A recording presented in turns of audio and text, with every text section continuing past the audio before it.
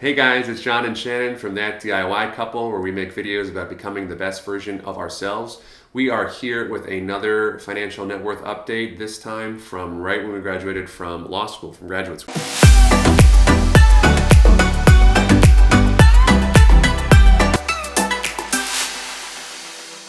So John and I made videos about our history with money, about our financial goals, and why we pursue this strategy. And we most recently made a video about what our net worth looked like right when we graduated from undergrad.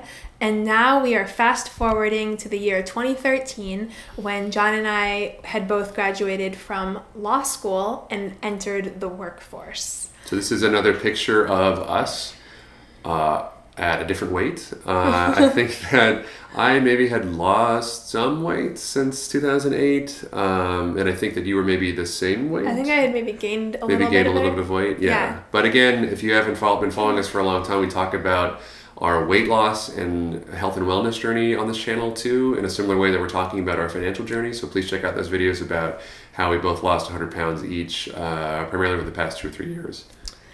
Okay, so John and I, we talked in previous videos about the privilege of having studied at a good school for undergrad, and now we have also gone to law school.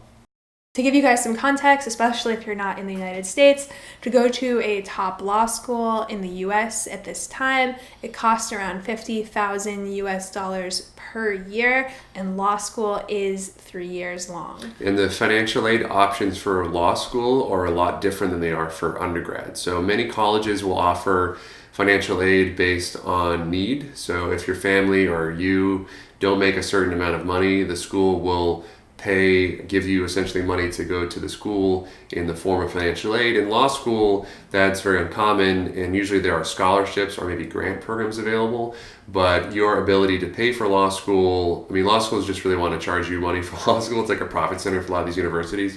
So even if you're not, if you demonstrate that you're not financially able to pay for law school, they're not really going to be that generous with giving you financial aid. So neither of us had financial aid in any capacity for law school, but as I talked about in my very first video, my grandparents had put away money for me before I was even born with the idea of it going towards my education. Because I got a lot of financial aid for college, for university, undergrad, I was able to use that money for law school. So I came out of law school without any debt basically at all. Right. So this is a good example, a historic example of how saving and the power of compound interest can work in the favor of, creating generational wealth. So John's grandparents set aside like $15,000 or $20,000 and my dad, right when I was born. Yeah, at his birth, and his dad, I think, matched that, right? Mm-hmm. And so they set that aside. They didn't look at it. They didn't touch it, and they let the market work in their favor.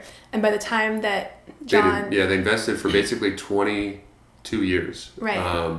So that amount of money invested in 1986 when I was born, by the time I was 22, was enough to pay for my entire law school, zero. I had nothing left, but I didn't have to pay any money out of pocket, which is awesome. And that's an amazing gift to be able to give to your children, and one that I hope that we can give to our children in the future. I was not so lucky. So I had already, as we talked about in the previous video, had around $100,000 in debt. We're going to move on to the debt slide here. I was not so lucky, so I already had $100,000 in debt coming out of 2008 coming out of undergrad, and then I had to take on more debt in order to pay for law school. So by the time that I graduated from law school, I had almost $250,000 in student loans. And so just talking about that amount of debt is so heart-wrenching and hard for me, because it was just, I had this crushing sense of dread and concern regarding my huge amount of student debt. I was privileged to have gotten a high-paying job at a good law firm in New York, but I was not there's many people in my class who had that amount of debt and didn't get that kind of job. And I felt so tied to that type of job. Even though that type of job requires a lot of sacrifice of your personal time, and there's not a ton of happy big law associates in New York City, I was like basically like, ball and chain tied to it because of this student debt. And this student debt is what caused me to start on this financial independence journey. I realized during my third year of law school, okay, I need to have a plan. I need to figure this out. And so I read a ton of books: Your Money or Your Life, The Millionaire Next Door, Smart Couples Finish Rich, Smart Girls Finish Rich. Like I could make so many book recommendations for you guys. And if you're interested, let me know and I will. But it got me on this journey in terms of thinking about money and trying to figure out how I was going to manage this enormous obligation. And one important thing to realize about the debt is that if you look at it as an entry on this slide, it looks like it's just one big homogeneous thing, but it's actually made up of many, many different individual loans. So some are from college, some are from law school, some are federal loans, some are private loans, different repayment periods, different interest rates, and over time we will change the way that debt looks. But in 2013, it was probably like 15 different loans, all with different rates, with different numbers. Just even figuring out what we owed and how to pay it was hard. I remember spending hours and hours and hours just going through different websites being like, is this the loan? Like, is this due? Like, how do we pay that? Et cetera, et cetera, et cetera. So very stressful. So the other thing that happened was that we were pretty irresponsible with credit cards during this time.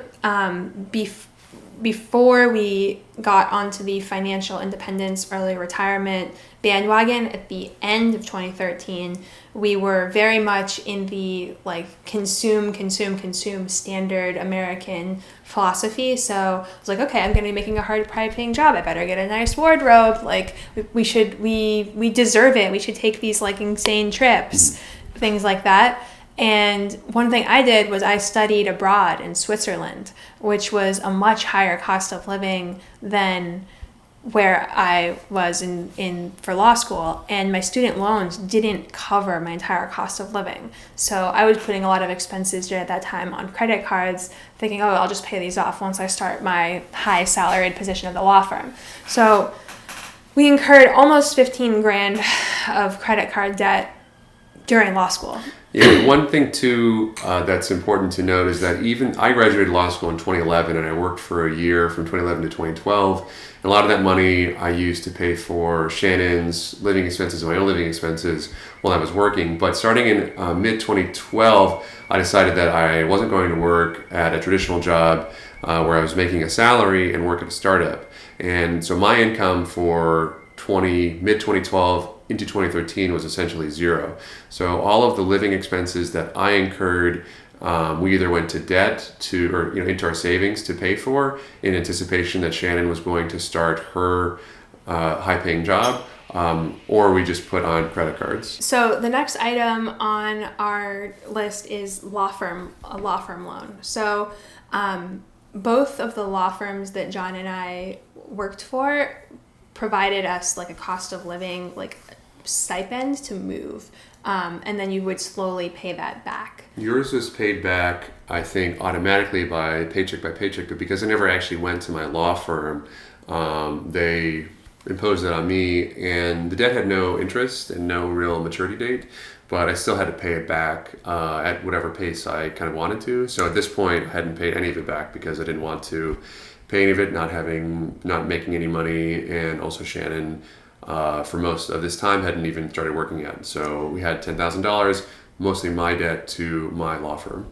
Yeah, actually, now that I recall, mine was forgiven because I worked there for over a year. The reason we had this at all. I don't know if it was forgiven or you paid it back over time, something like that. But it wasn't a balance sheet item. I think it was included in my compensation. Yeah. The moving expense was included in my compensation, provided that I worked there for a year. And it was the same for John, but because he didn't work there for a year, we had to pay it back. Yeah. Okay, so that brings us, summing that up, are around $250,000 of student loans, are around $15,000 of credit card debt, and our $10,000 of law firm loans. We had $274,000 in debt when we graduated from law school and I entered the workforce. So moving to our assets chart, you can see Again, we talk about our checking and savings account and our personal property relative to 2008. So I want to talk about our personal property first, which is that in 2013 we moved in together. Not exactly for the first time, but I guess for the first time where we thought that we were not going to be living apart ever again, or whatever. So we bought things like furniture for our apartment and cooking implements and whatever else. Our checking and savings account went up quite a bit.